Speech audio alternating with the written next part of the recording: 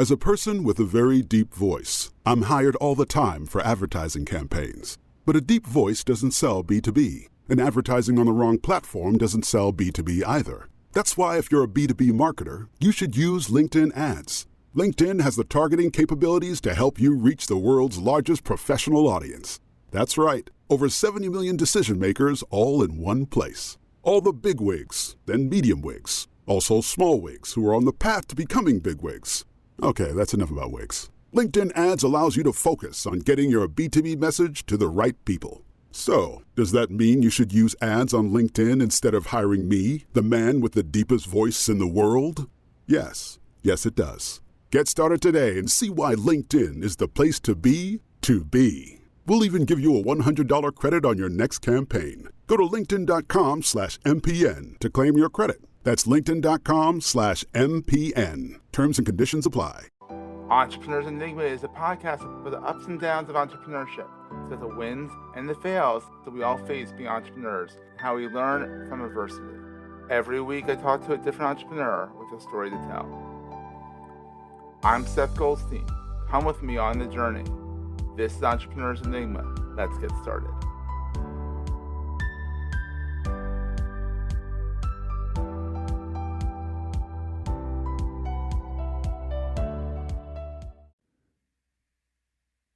Hey everyone, welcome to another edition of the Entrepreneurs Enigma podcast. I'm your host, as always, hasn't changed, Seth. Today I have Courtney Elmer. She is a sought-after consultant, host, and speaker who is known to help entrepreneurs embrace anti-fragility and grow the way they should and be rock stars. She also has a very popular podcast called, get this, kind of tells you what it's about, the Anti-Fragile Entrepreneurship trademark podcast. We'll put the trademark in there, TM. Woo. And it is very popular. It even beat out I Built This and the Harvard Business Review's podcast on the list of top 10 business podcasts for professionals by Small Business Trends. That's pretty wild. That's pretty cool. So let's bring Courtney in here. Hey, Court, how's it going? Seth, I'm good. How you doing? Thanks for having me. Oh, this is wild. And we met. I saw you at PodFest Global online. I reached out, I'm like, hey, we should chat. We should chat. And I'm like, oh, you'd be great for the podcast because you have a story. I mean, you're a small business coach. You've done all that, but you are a cancer survivor, which is, that's no joke. That talk about being resourceful. You have to be resourceful to get through that. So that's insane, and that kind of reshapes everything, I'm sure. So it does, and that's really where my journey starts. That diagnosis changed everything. It changed everything. Yeah. So what were you doing pre-cancer? Were you Prior in to the that, corporate grind? Yes, climbing that ladder, and by all the world standards, I was successful. I was driving the luxury car. I had the promotions, all those things that you think matter. And during that time in my life, I had met the love of my life, and we had dated for a couple of years, and he proposed, and we were planning our wedding, the whole fairy tale story. And a couple of weeks before the wedding, I had a terrible sinus infection. Don't know what it was. Thought, oh gosh, I'm so stressed. I wish this thing would just be over. I couldn't wait to get on the other side of the wedding and catch my breath. And so I had gone to the doctor, and they had scheduled a follow-up visit, ran some tests, typical stuff. Had a follow-up visit scheduled for 2 days after we got home from our honeymoon. Yeah. So my husband was off of work at the time, still hadn't gone back to work yet. And so he came in with me, and we were just thinking, quick follow-up. We'll be in and out of there, go grab some lunch and go on about our life. So this was after, so you got through the wedding. Yes, got through the wedding, gone on our honeymoon. All right, so came back home. Good. So now life starts. Yes. But life started. Yes. So my doctor walks in the office that day, and I will never forget this, Seth. I'm sitting there with that, those horrible fluorescent lights. It's like flickering overhead, and it's got that flickering little too? buzzing. God. Yes. And you know how doctors' offices can be. They're cold, they're sterile, you're in there waiting for hours. And so my doctor finally walks in, and I just suddenly picked up this really strange vibe from him. That's all I can describe it as. He just was not his chatty self. He just seemed a little, reticent. I'm like, what is going on? And anyway, he sits me down, and he's like, Courtney, look, We got your test results back. This really falls beyond the scope of my expertise. Oh I'm turning your no. case over to a specialist, and she's here today. She'll be here in just a few moments to meet you. I'll introduce you, and I'll let her take it from here. Oh, so he buries the lead even. So He I'm doesn't want sitting he there, doesn't want to break the news even. Oh my yes, God. and I'm like, case specialist? Like, what is going on? So, And so now you're saying for the next few minutes, you're like, what the heck? right. So I Uh, hear this knock on the door. This doctor walks in, and she was a beautiful woman, smiling. She sits down and she looks at me and she says, Courtney, we got those test results back, and you have thyroid cancer. Ooh. She said, Ooh. the good news, Courtney, is Yeah. that it's typically very treatable. She said, the not so good news is that you're the youngest patient I have ever treated with this. And Not a good record to have. right. She said, and it started to spread. So Oh we need to no. do surgery and treatment immediately. She said, I've cleared a spot for you on my schedule next Monday for Oh surgery. jeez. This was less than a week away. Yeah, honey, welcome to Yes, marriage. I know. Welcome In to married sickness and life. in health, like, yeah, Like no like joke. looking Like, over at him, like, what is this? So, to make a very long story short, had the surgery, went through radiation treatment. ugh. And as of June of this year, at the time of this recording, I've been 10 years cancer free. So you have to do chemo. Did not have to do chemo. Oh, radiation still sucks. It still makes you tired and all that stuff, but chemo is no joke. Yes. I It was is radiation. I very mean, they're fortunate. making you radioactive for crying out loud. So it's like, Yes. Crazy. Absolutely and crazy. knock wood, 10 years. Wow. Yeah. We're going to take a quick break, hear from our sponsors, and get right back to the show. As a person with a very deep voice, I'm hired all the time for advertising campaigns. But a deep voice doesn't sell B2B, and advertising on the wrong platform doesn't sell B2B either. That's why if you're a B2B marketer, you should use LinkedIn ads. LinkedIn has the targeting capabilities to help you reach the world's largest professional audience. That's right, over 70 million decision makers all in one place. All the big wigs, then medium wigs, also small wigs who are on the path to becoming big wigs. Okay, that's enough about wigs. LinkedIn ads allows you to focus on getting your B2B message to the right people. So, does that mean you should use ads on LinkedIn instead of hiring me, the man with the deepest voice in the world? Yes. Yes, it does. Get started today and see why LinkedIn is the place to be to be. We'll even give you a $100 credit on your next campaign. Go to linkedin.com/MPN to claim your credit. That's linkedin.com/MPN. Terms and conditions apply. So that set me on a totally different path because it That was would. the curveball out of left field that I did not see coming. And having to just stop, like literally pump the brakes and put my entire life on hold for several months was not something I was used to. I've always been type A, go getter. I would work Mm-hmm. nights, weekends, lunch breaks. Like I was climbing that ladder. I was going places, and suddenly all of that stopped and Yeah. all of that changed. And I had to Wow. face my deepest fears. One of my deepest fears was getting some kind of diagnosis like this at some point in my life. I didn't think it would be at Some point, 25. yeah, exactly. Some point Some is the point. key word there in your Right. life. Right. Oh God. So suddenly I was confronted with these really big questions that I had to answer for myself. What do I want out of my life? I know this Yeah. sounds cliche, but gosh, in that moment, I realized how short life really is. It really wakes you up. So I had to make some changes and I had to just really examine within my own heart what I Mm-hmm. wanted and how I wanted to live my life. Wow. I can imagine. At 25 too. I mean, like literally your medulla just formed. Like literally when you think about it, like you're seriously now you're an adult. So the higher being saying, "Hey, you can deal with this now." What? It's a lot to deal with at 20. It's a lot to deal with when you're 45 or whatever. It's a lot to deal with. Yeah. But 10 years, you're going strong. You have your own company now. You're beating out How I Built This, for crying out loud. I mean, like that's pretty wild, dude. Yeah.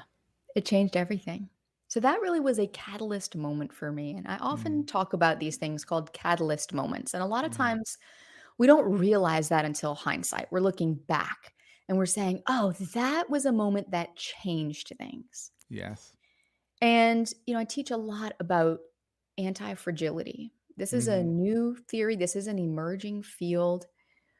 But anti-fragility, what that means for those listening who have maybe never Yeah. heard of that term, they're like, what is that? Yeah.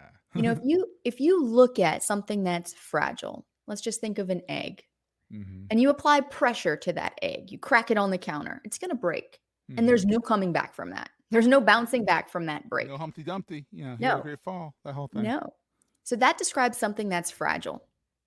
And Nassim Taleb was the person who developed this word Mm-hmm. for called anti-fragility because he in his research noticed that we have words like robust, we have words like resilient, but there was no word in the English vernacular that Mm-hmm. described something that was the exact opposite of fragile. That's wild. So he just called it anti-fragile. That's, that's kind of logical. Makes That sense, makes right? sense. Yeah. So, what anti-fragile does, anti-fragility, is it takes this idea of resilience a step further. Mm-hmm. When something is resilient, it can withstand pressure. It can withstand chaos, it can withstand some sort of pressure, but it doesn't necessarily grow from it. It Okay. bounces back, Oh maybe yeah. becomes a little bit stronger in the face of pressure, future chaos, but there's no growth necessitated from it. Something that's anti-fragile is something that grows because of the pressure.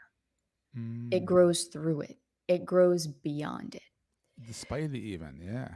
So it goes a step further than Love it. resilience, which as entrepreneurs we talk about a lot. You got to be resilient. This digital landscape changes all the time. We got to change with it. We got to adapt, and all that's good. Adaptability is good. It's become a buzzword. Resiliency. It's Yes. too buzzy. Yes. Mm-hmm. But anti-fragility actually means growing through what you go through. Oh my god, I love that. And you literally did that. Like you, Yeah. like for crying out loud, you really did. Yes. So that is something that, now in my work in the entrepreneurial field, looking at how can we leverage failure? We're all going to Mm-hmm. face it. First of all, we all resist it. We all know we're going to face it at some point. Mm-hmm. We don't want to face it. It's But failure's uncomfortable. not bad. But it's not a bad thing. It means you can move on to the next thing or adjust things. Like people think Right. failure is bad. I'm like, come on, failure. You want to fail fast. You don't want to fail slow because you fail slow, it's not a good thing. But even when you fail, and we might Mm-hmm. know this logically, that yeah, it is a good thing. We learn from our mistakes. Mistakes are rich in information. We can move Mm-hmm. forward. But a lot of times in that moment, we get really hard on ourselves. It's hard not to. It's hard not to. Mm-hmm. And so by embracing this idea of anti-fragility, we can actually begin to open ourselves to the opportunities that are there for us in those failures, in those low points. I call them the valleys. We all know we have those highs and lows on this journey of entrepreneurship, those peaks and those valleys. And for most of us, we want to be at the peak. We want to be at the pinnacle.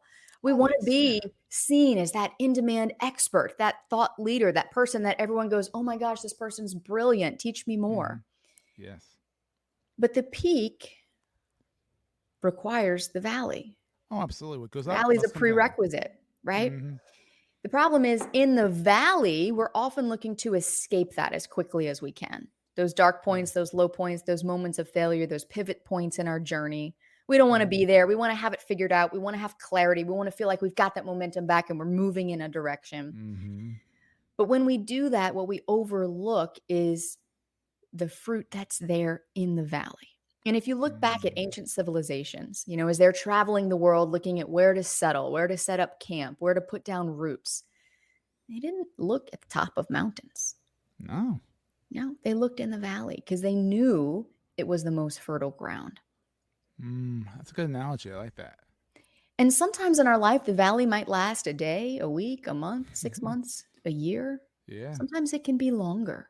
I mean, I'll be Yeah. completely honest with you, Seth. This past year has been a major valley in my life Right. with a lot of little things that have caused Mm-hmm. me to have to sit back and examine things and change things and think about things differently than I had been thinking about them before. And Mm-hmm. it's good. It's brought about a lot of growth, but it's also been hard. Mm-hmm.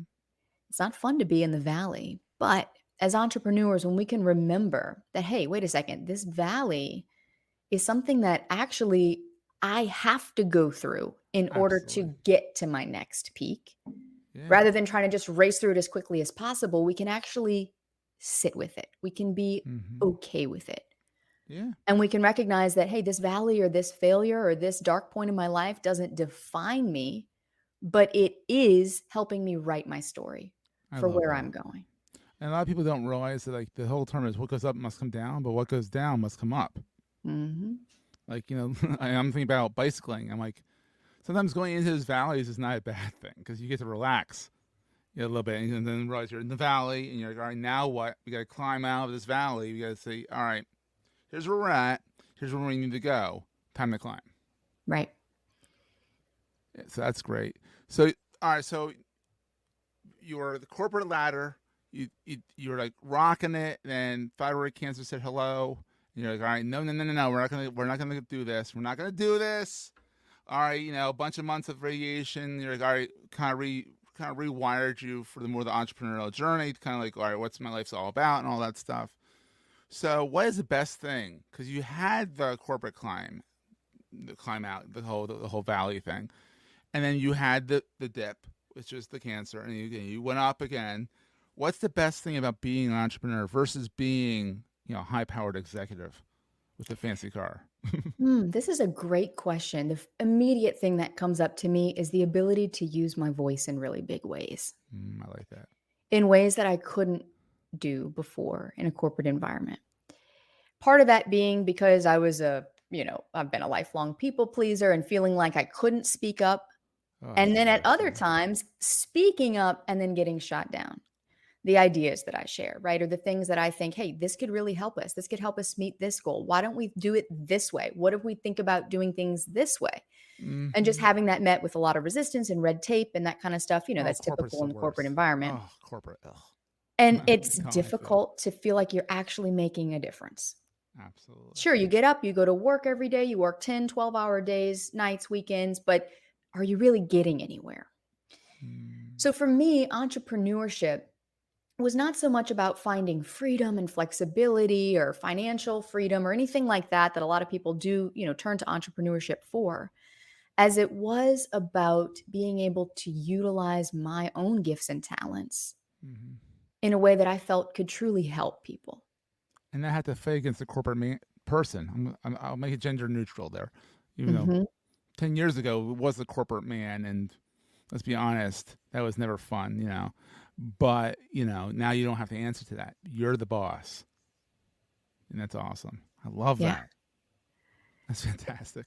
That's come with so many lessons though. Being your own Mhm. boss sounds great Oh, it's not. until you Oh my realize, god. wait a second, wait a second. I mean, I not only yeah. have to hold myself accountable and give myself the pep Hmm. talks that I need sometimes, right? But I also have to give Yeah. myself the encouragement and Hmm. listen to my own self-talk, Absolutely. how I'm talking to myself, how I'm choosing to show up every day. Oh, Right before we hit record, I was telling you I have a full day of back-to-back interviews. And there would have yeah. been a time where I would have probably felt a whole lot of imposter syndrome showing up for one interview Hmm. and letting that get in the way. And literally last night, as I'm looking at my calendar, going over what I have scheduled today, I thought to Like, myself, you know what, Courtney? You get to use your voice tomorrow. You get to show up. You get to use this gift hmm. that you have in service of others, whether it impacts one people or 1,000 people or 10,000 people. It Hmm. doesn't matter because that is why you're doing this. And then you get to rest your voice the next day because I'm sure it'll be sore. Yeah. I mean, a full day, I can't. We were talking about this beforehand. I'm like, I actually don't like doing back to back interviews. Like 2 podcasts in a day is my limit because I'm like, it's a lot. It's exhausting. Yes. I can't reach it. My water bottle's across from here, but it's one of Oh these no. giant, like 64 ounces, and just drink that all through the day. And then between the interviews, saying like, hold on a second, I gotta use the bathroom. Right. Woo! So on the flip side, I mean, we kind of touched on this. What's the scariest thing? What keeps you up at night? With entrepreneurship and life in general and that kind of stuff. Yeah. I think for me, as I lay awake at night, it's the thought, and it's a quiet thought. Mm-hmm. Doesn't come in blaring its alarms and yelling at me. Well, that's nice of it. Right. But it's that nagging thought that what if I'm not doing enough? Mm. What if the work that I'm doing isn't the work I'm supposed to be doing? That's been a big question on my mind this year. And I think as Right. entrepreneurs, we all experience questions and doubt that comes in some shape or form. Mm-hmm. And as I mentioned, this year's been a bit of a valley for me. And I've had to actually examine the work that I'm doing and reconnect with why I'm doing it. The why. Yep. The why, and so that I can go deeper with it. Because Mm-hmm. for a while there were a few years where we were starting to go really wide. We had multiple offers. We had multiple, ideal client avatars. We were serving a couple of different audiences, Yep. and we were serving them well. Both people in this program A over here and program B over here were getting great results. But I felt like I had a foot in two boats and I was straddling, right? And I couldn't go Oh, that's anywhere the worst. fast because Yeah. it's like, well, let me lean on this way. Okay, let me lean on this side. And I resisted so much this idea of narrowing my focus to It's really focus on it's one really thing. tough. It's tough, especially when you're Because you want someone, to do both. I mean, well, you kind of that, want to and do when you're both. multi-talented and you're multi-passionate Yeah. and you have an interest in both things, a genuine interest, and you genuinely can help people with multiple things. So the other reason too was because I had spent so much time and energy building both things that it was difficult for me to look back and say, okay, does this mean I'm letting go of that and that all that work and that time and energy and effort goes to waste? Yeah. And as I looked and I examined this and I sat with this and pondered this and marinated on it and laid awake at Yeah. night, worrying about it, Exactly.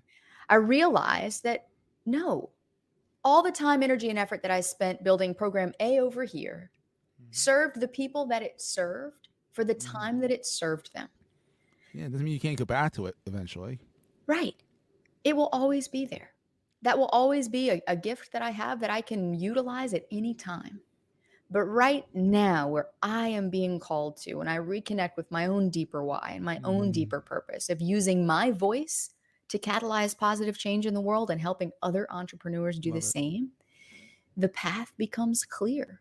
And sometimes it does mean having to let go, and not so much just letting go, but about being open to letting things unfold in a way Love that's that. different than you thought they would.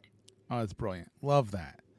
What is the most important thing to carry with you all the time? Immediately, the thought that comes up is your voice is your power. That's true. Yeah. People will try to take it from you, and it's very easy to give that power away, but you can take it back at any time. Seth, when I was 9 years old, I remember standing in the kitchen, and my mom and I had a very tenuous relationship growing up. I was sassy, I was opinionated, I was outspoken, and I was always talking back to her, and she did not care for that. Sounds like my child. She was always getting on my case about it. And I remember this like it was yesterday. I'm standing there mouthing off about something. I don't even know what it was. And she's washing dishes at the sink. And she turns and she looks at me and she says, Courtney. And the dish is like dripping, water's dripping down her elbow onto the floor. She's just holding the dish and the sponge. And she says, your mouth is what gets you in trouble. Go to your room. And I just remember hearing that. And for whatever reason, in that moment, was when I internalized that. I'd heard it before. It can get you in trouble. Right, But it can. But it can also give you strength. Yes. It's a matter of finding a happy medium of not getting yourself into trouble with your voice. And Right. Sometimes there's happy trouble. There's good trouble to get into, but sometimes it's not so good. And you kind of have to take your mom's words you heed your mom's words and say, all right, maybe this wasn't the time to open my mouth. Right. What I didn't know at 9 years old was that Of course not. there is a difference between just blabbing your mouth and running your mouth, right? And using your voice really intentionally and really mindfully. So what We're happened both parents, and we see our kids doing that now, and it's like, Yes. oh my God, if they only knew what I know now. And it's like, well, they're gonna learn it eventually. Right. And I remember walking down the long hallway to my room and just really just thinking about how I never felt heard. Didn't matter how loud I talked. It didn't feel like anyone actually cared about what I wanted to say. So I just stopped saying it. And I went to the opposite extreme. Instead of being outspoken and opinionated, and certainly as a 9-year-old that, had a lot of channeling that needed to happen. And I know with my mom's intention, that's what she was trying to do. She wasn't trying to harm me psychologically or anything, but because I internalized it, it became a very significant part of my own journey for the next 20 years. Oy. And really struggled to use my voice but going through cancer, which thyroid sits right above your vocal cords. Oh boy, yeah. And they can mess things up too. That is the biggest risk of the thyroid surgery. Well, you sound good considering. Thank you. I remember my doctor walked in the room to wake me up. She said, "Courtney, can you tell me who I am?" And it wasn't to check to see if the anesthesia had worn off. She wanted me to say her name out loud to see if I could speak. Oh, and was it a hard name? No, it wasn't a hard name. Oh, shucks. That would have been even funnier if you said doctor, blah, blah, blah, blah, blah, blah. Right. And it would really test your lack of thyroid, Right. But that's what she was checking to see if I had my voice. And so that to me, as I look back on my own journey and all of these catalyst moments, all of these pivot points, all of these highs and lows, the peaks and the valleys, and the power of my voice throughout that, the times where I gave away that power and the times where I took it back. So circling back, to your original question there, that is something that I carry with me always because it's something that's yours. No one can take it from you unless you let them. And don't let them. Don't let them. So Courtney, on that note, where's your big watering hole online? Where do you hang out the most? Yeah, so Instagram is number one. LinkedIn will be a close second. Yeah. You can find me there. Type my name in. I'm at the Courtney Elmer on Instagram. Oh, you got and the just in there. Courtney Elmer on LinkedIn. Surprisingly, there are multiple Courtney Elmers on Instagram. Who knew? I'm like, but you got the, which is the most important part. The Courtney Elmer. There's only one. There you go. There you go. So you can find me there. And then, of course, my podcast, which you mentioned at the start, Anti-Fragile Entrepreneurship, whatever app you're listening to right now. It's so you good. You can type that in, pull it up, find an episode that interests you, and hit play. And there's live episodes there. So, you've been doing that for a while. Quite a bit. Was that a pandemic project? Pre-pandemic. We actually launched it 2 weeks before the shutdown. Not because of the shutdown. It was just completely coincidental. Oh, wow. But you had something to do. Yeah. So cool. And kept it going. We're pushing 200 episodes now. So you're keeping up with me. Wow. Well, good for you. Courtney, this has been so much fun. Thanks for coming on. And we will see everyone next time. Thanks, Seth. That was a great show. If you're enjoying Entrepreneurs Enigma, please review us in the podcast directory of your choice. Every review helps other podcast listeners find our show. If you're looking for other podcasts in the marketing space, look no further than the Marketing Podcast Network at marketingpodcasts.net.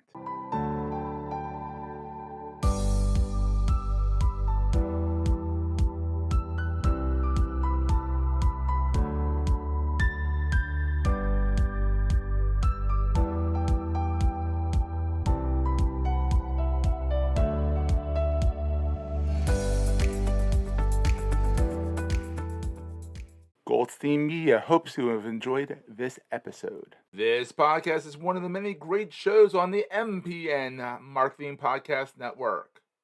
You may know you're listening to this show along the Marketing Podcast Network, but did you know there are other great shows on MPN to help your business? Amy Rosenberg hosts a great podcast called PR Talk. Amy, tell us what these fine folks will get when they listen. So we interview thought leaders and sometimes the media to not only learn about our jobs better, but to expand into new areas that tie in well with PR. But we also explore kind of what we think is more interesting. So things like work-life flow, diversity, equity, and inclusion, and just broader topics like that. Very interesting. Where can people subscribe? We're at prtalk.co, marketingpodcast.net, or you can search for PR Talk wherever you get your podcasts. You heard her. Go subscribe. This podcast is heard along the Marketing Podcast Network. For more great marketing podcasts, visit marketingpodcasts.net.